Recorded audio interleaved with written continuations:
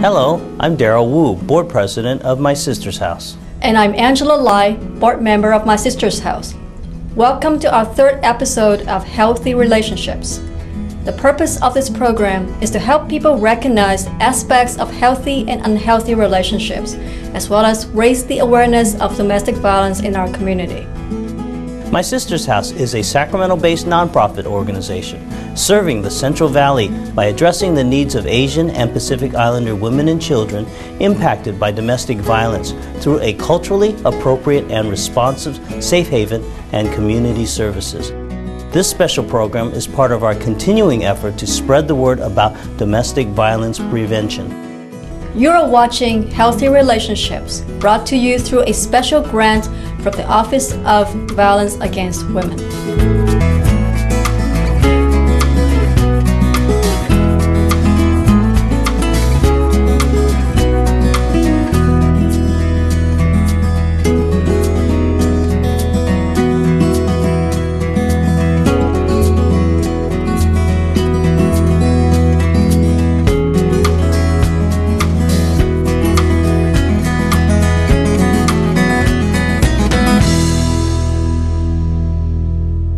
Today on Healthy Relationships, we will discuss healthy parenting relationships among Asian women. This is not a program about child abuse, at least not directly. We know that our families generally go out of their way to raise their children with love. This is a program that looks at healthy and unhealthy conflicts between parents and how these disputes can affect their children. We know this is a tough subject to talk about, and it's especially tough in our Asian and Pacific Islander communities because of our cultures. What happens at home is supposed to stay at home, but can the relationship between parents stay a matter between just the adults? We'll begin by hearing from a young Asian, actually Chinese-speaking mother. She tried hard not to fight in front of her children, but was she really able to spare them from harm? For the protection of her and her children, her face is hidden.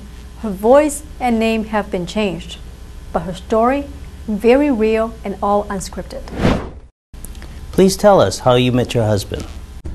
My cousin introduced us. He came back to China and we met.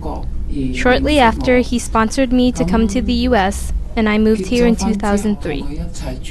When did you start to realize that there was a problem the way he was acting towards you?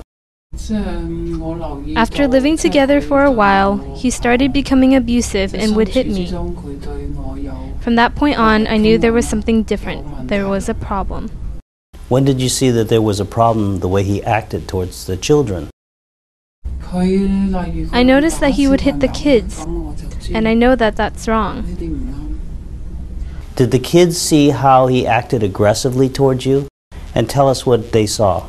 Yes, they have witnessed it before. They were scared, angry, and sometimes they felt helpless because they wanted to defend me, but they wouldn't do anything about it. In your mind, when did you feel that the children were not safe? I noticed that once he became abusive toward the kids, we were all scared. We were not safe. At what point did you think to yourself that you had to leave?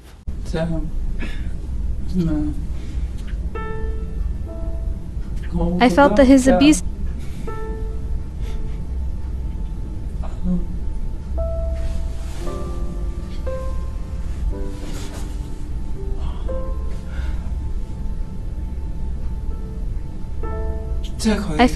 abuse had become stronger and more dominant, and his demands had become harder to handle. I felt like my life was threatened and I couldn't take it any longer. At that point, I just felt like I had to go. I just had to leave him. What were the steps you took to leave him? The abuse continued, so I tried to find help. I took the bus and tried to find the police station. I wasn't able to find the police station, but I was able to find a police officer on the street, so I waved him down. I explained my situation to the officer, and they told me that for my safety they would take me out of that house. I went back home, and the officer showed up to pick up me and the kids and take us away. And how did you hear about My Sister's House? I went to a local government agency and found a flyer for My Sister's House. I went there and they took my information, informed me of the services My Sister's House offers for domestic violence, and told me about their resources. Still to come, Dr. Moral Sharma, a psychologist who is an expert on domestic violence, will share advice on healthy conflict to maintain healthy relationship and the signs when the conflict becomes unhealthy.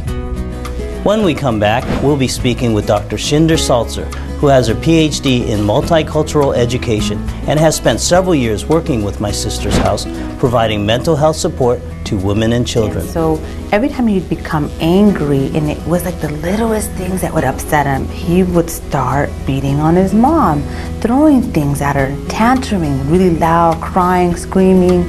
When healthy relationships continues.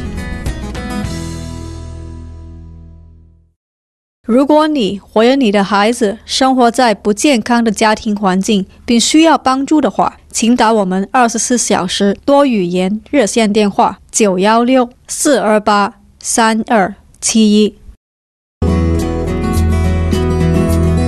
Welcome back to Healthy Relationships. We just heard from our special guest May, a young woman who bravely shared the story of her relationship. Joining us now is Dr. Salzer, who will share how even if parents try to hide their serious disputes, it impacts the children. Dr. Seltzer, could you tell us how you see the effects of domestic violence on children? Children that come from homes that have domestic violence often tend to have a difficult time functioning in school, have a difficult time at relationships at home, in the community. And what I've seen that has come through over and over is young boys who have learned that when you become angry, what you do is use your hands and feet to hit.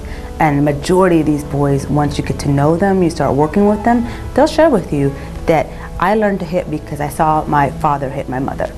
I learned, and not only that, but another part of the Asian Pacific Islander community is that they see not only their fathers hit their mothers, but they see their uncles hit their aunts, and they've witnessed this for a numerous number of times. So they've learned that when I become angry, that what I do is I'm going to hit. And so these children grow up not only having a difficult time in their homes, they go to school. So now they're going to have a difficult time on the playground. So when they become angry, they haven't learned how to show anger in a way that's appropriate and that's healthy. So these kids get kicked out of school. And then what happens for girls is they tend to become more withdrawn. They're the girls that are shy. They have a difficult time even understanding what's happening. And a lot of these young girls will want to kind of jump into the saving mode of their mother, and meaning I can help my mother out if I jump in to save her or be her confidant.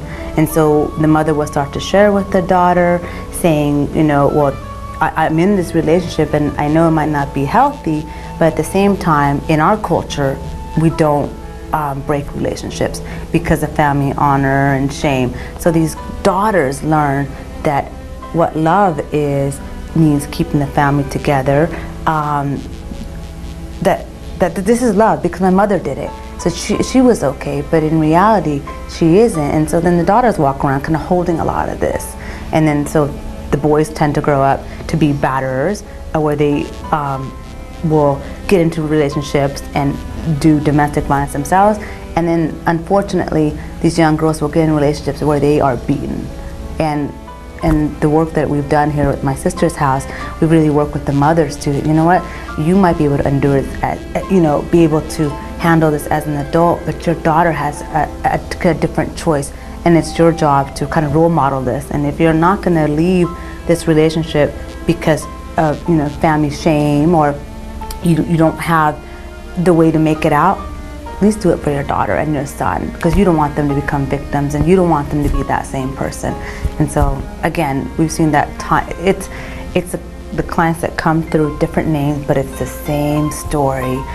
Could you give us a real life example I have one example that comes to mind is a little boy about 5 years old that came through with his mother, who didn't speak English, so spoke his native tongue.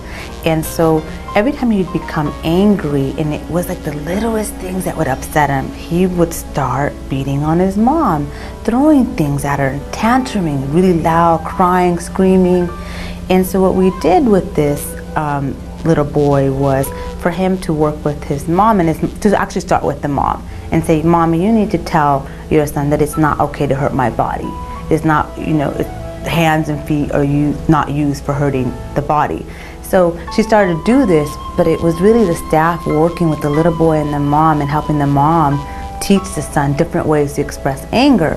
And so as time went on, he did it a lot less, and that was nice. And not only that, but it was more and more pleasant to be around him because he was tantruming less and he learned more healthy ways of engaging. So that was definitely nice. How big a problem is this in our Asian Pacific Islander community? Well, studies have shown that it is roughly about 30% of women, Cambodian, Chinese, Korean, South Asian, women that are affected by domestic violence. However, we do need further research to be able to provide even more data indicating the extent of this. Personally, being Asian Pacific Islander myself, I feel like it's more like 50% because I witnessed it growing up in immediate family, extended family, and in the community. So seeing that growing up, I personally believe it's bigger than that, but we don't have the research that we need to be done, and I hope that more research will be done in this area because it's definitely needed. In our limited time together, what would you like to say to our Punjabi-speaking community? ਜੇ ਤੁਹਾਡੇ ਵਿਆਹ ਦੇ ਵਿੱਚ ਲੜਾਈ ਹੁੰਦੀ ਹੈ ਔਰ ਦੁਖੀ ਹੁੰਦੀ ਹੈ ਤੁਹਾਡੇ ਵਿਆਹ ਦੇ ਵਿੱਚ, ਤੁਸੀਂ ਟੈਲੀਫੋਨ ਕਰ ਸਕਦੇ ਆ ਮਾਈ ਸਿਸਟਰਸ ਹਾਊਸ, ਮੇਰੇ ਭੈਣ ਦਾ ਘਰ। ਉਹਦਾ ਨੰਬਰ ਹੈਗਾ 9164283271। ਦੁਬਾਰਾ ਨੰਬਰ ਹੈਗਾ 9164283271। ਮੇਰਾ ਭੈਣ ਦਾ ਘਰ ਮਾਈ ਸਿਸਟਰਸ ਹਾਊਸ ਖੁੱਲ੍ਹਾ ਹੈ 24 ਘੰਟੇ 7 ਦਿਨ ਹਫ਼ਤੇ ਵਿੱਚ। ਸੋ ਅਸੀਂ ਹੈਗੇ ਆ ਇੱਥੇ ਤੁਹਾਡੇ ਲਈ, ਜ਼ਰੂਰ ਟੈਲੀਫੋਨ ਕਰਿਓ ਸਾਨੂੰ।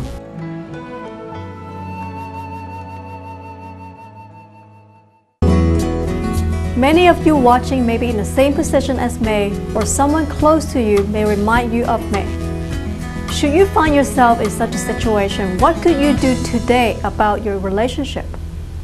Dr. Maura Sharma, a psychologist who specializes in domestic violence and who currently works for Kaiser Permanente in the outpatient psychiatry department in South Sacramento, will tell us. So, Dr. Sharma, tell us about healthy conflict. That's a good question, because a lot of times people think that conflict couldn't possibly be healthy. But a lot of times what conflict refers to is people dealing with differences. So the ways that it's healthy has to do with what people's attitude is in terms of working with one another and how much they value a goal. For instance, if someone only values the goal and they don't value the other person, they sometimes engage in what we would call a competition maneuver. So basically their stance is, it's either my way or the highway. Sometimes if people don't value the goal or the other person, they avoid the situation completely. They don't participate. Sometimes when people value the other person, but the goal's not so important, they accommodate, they give in. And then there's compromise, where both parties try to find a happy medium, so to speak, between being cooperative and being assertive. And then collaboration is another style where they're just really working really hard to both highly value one another and work in a spirit of cooperation, respect, trust, mutuality, and also really valuing each other's goals. So those are different forms of healthy conflict. Now, in every relationship, these different forms that I've mentioned occur. In unhealthy relationships where the conflict management is that maybe it's all competition. It's all about my goal is the goal, you don't really matter to me. And so that's when we see people start acting out of power and dominance and controlling the other person. Avoidance is, I don't really care about you, I don't really care about your goal, so I'm going to tune out. So that's another way people can kind of engage in that power and unhealthy conflict management is just to disengage. So ideally, in healthy conflict, people are jumping all over the place. In unhealthy conflict, people are usually sticking to one or two of these formats, and they're really quite rigid about it.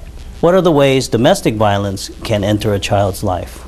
So kids can experience domestic violence in a number of ways, and this is a really good question because not enough people know about how this actually occurs.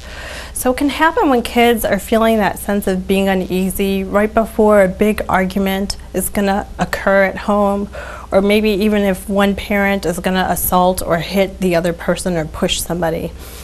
Also, what can happen is sometimes one parent's holding one child and they're pushing the other parent, or a parent's holding a child and is being pushed by the other parent. So that's another way kids come into contact with domestic violence. Lots of times kids will see threats, hear threats, they'll see one parent hitting another, they'll see walls being punched, doors being slammed, things being thrown. Sometimes people will often say, you know, well, the kids weren't around when the abuse happened, so they weren't really exposed to it. But when the kids come home, they see bruises, they see holes in the wall, they see broken objects, maybe they see either parent crying. So they're really exposed to the aftermath of the abuse. Kids also feel it if one parent is putting down their relationship with the other parent. Really criticizing them for being attached to that other parent. Or if one parent is really saying, you should be against your mom or your dad. Another way kids are exposed to domestic violence and abuse is if one parent repeatedly asks question after question after question about what's mommy doing, who is she talking to, who's on the phone, how does she spend her time, how is she spending money. So the interrogation, the question after question after question, really interferes with that child feeling free.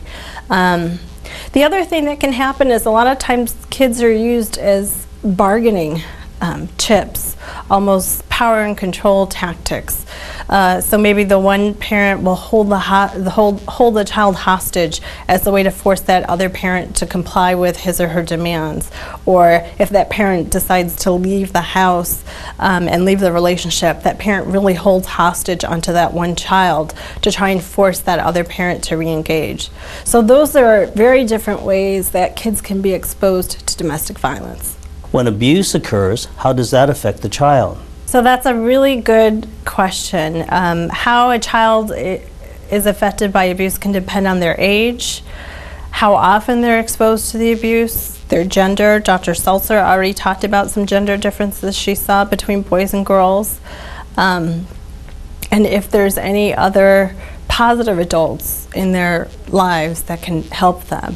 So what we'll see in really small children, infants, we'll see that sometimes they have problems with eating and sleeping. They startle easily by loud sounds. Sometimes they're very clingy. They always want to be with mom or dad, or they are just really numbed out and don't really attach to any particular caregiver. Sometimes you'll see them overcome those everyday milestones, you know, like crawling, sucking their thumb, carrying a blanket, and then after there's been exposure to abuse, we'll see kids go back to doing that. So maybe after they've been past that phase in their life, they'll start bedwetting, they'll start having nightmares, they'll start carrying a blanket, they'll start thumb sucking. When kids get to school, again, they can start going back to some of those earlier behaviors. And also, as Dr. Seltzer talked about, other kids are acting out. They're being really aggressive with their peers. They're hitting, they're pushing, they're shoving, they're yelling. Maybe they're yelling at authority figures, teachers, anybody in authority. Maybe they're acting really aggressively towards their toys, or they're shaming or putting their toys down. Sometimes kids hold things in, so they look sad, they look fearful, they look depressed. A lot of times these kids have difficulty dealing with common conflict on the playground. So you'll see them yelling and really overreacting based on different situations that come up on the playground. They may even struggle with doing well in school academically. And then when we get to the teenager years, you know, these kids are sometimes hanging out with the wrong crowd, or they're having problems with their grades in school. Sometimes they are looking for an escape, so they use drugs or alcohol, or they get into a really serious dating relationship so quickly, where they're always with that person, and the intimacy is really increasing very, very fast. Sometimes you'll also see that these kids will also experience pushing or shoving in a relationship, or whether they're doing the pushing or shoving or receiving the pushing or shoving or put downs and things like that. And then also, some kids actually look really good in the sense that they're trying to be the peacemakers. They're trying to be very perfectionistic to keep the peace, or that's their mode of escape. They're really well involved in sports and drama and other extracurricular activities in school. What can parents do to support their children? Parents can do a lot of things to support their children. First, they need to get help for how they deal with conflict. It's really important that if you're a parent, you're struggling with this, get support for yourself. You can call the My Sister's House multilingual crisis line. You can call a counselor. You can talk to healthcare providers. Your job also as a parent is to create a safe world for your children. So one that has simple rules, simple expectations, simple routines, things that really let them know what they're supposed to do when they're coming home from school. What do they do before dinner? What do they do after dinner? Those are the types of simple routines. You want to model and treat them with respect. You want to teach them what are good behaviors, what are bad behaviors. You want to teach them to put their feelings into words rather than using their hands or being too quiet. Always try to avoid power struggles. You know, if you're getting into a power struggle, take a break. We talk about timeouts with our kids all the time. It'd be a time, you can even model taking a timeout with your child, where you just take a break from whatever the struggle is and come back to it when both of you are calmer.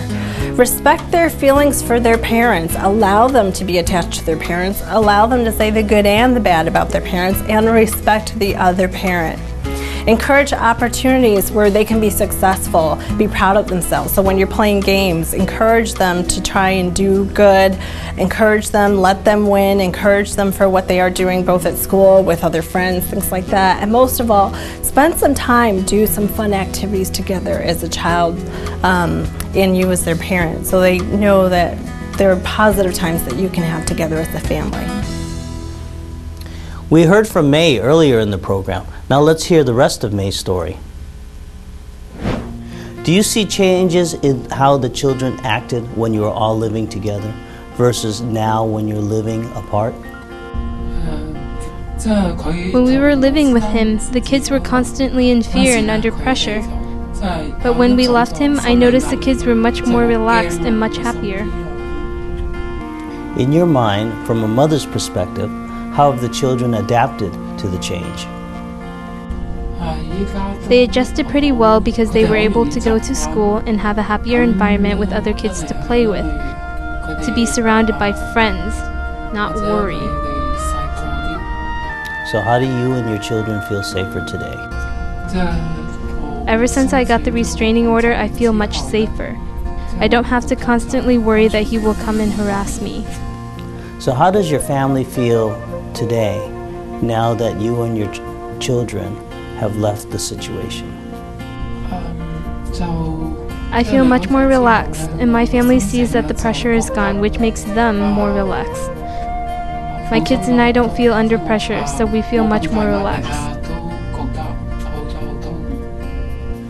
So if there's anything else you want to say to those people who are suffering in domestic violence, what would you like to say? I feel that anyone going through domestic violence issues needs to seek help from organizations like My Sister's House.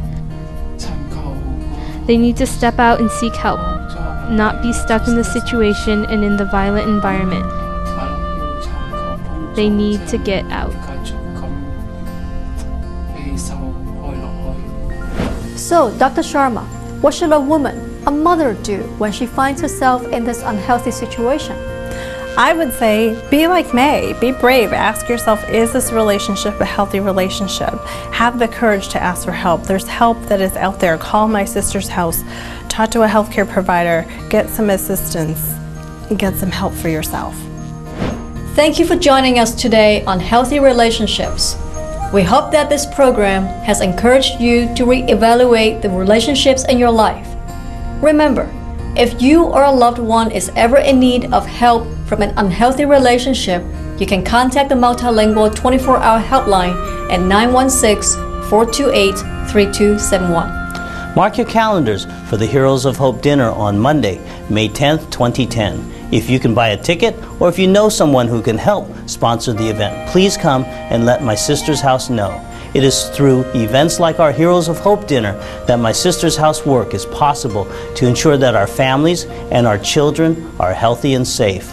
For more information on My Sister's House, please visit our website at www.my-sisters-house.org. We'd especially like to thank today's guests, May, Dr. Salsa, and Dr. Sharma. We'd like to give a big thanks to the Office of Violence Against Women for making this episode possible. That's all for this episode of Healthy Relationships. On behalf of My Sister's House, thank you for watching. 如果你或者你嘅孩子生活喺唔健康嘅家庭環境，並需要幫助嘅話，請打我哋嘅24小時多語言熱線電話916-428-3271。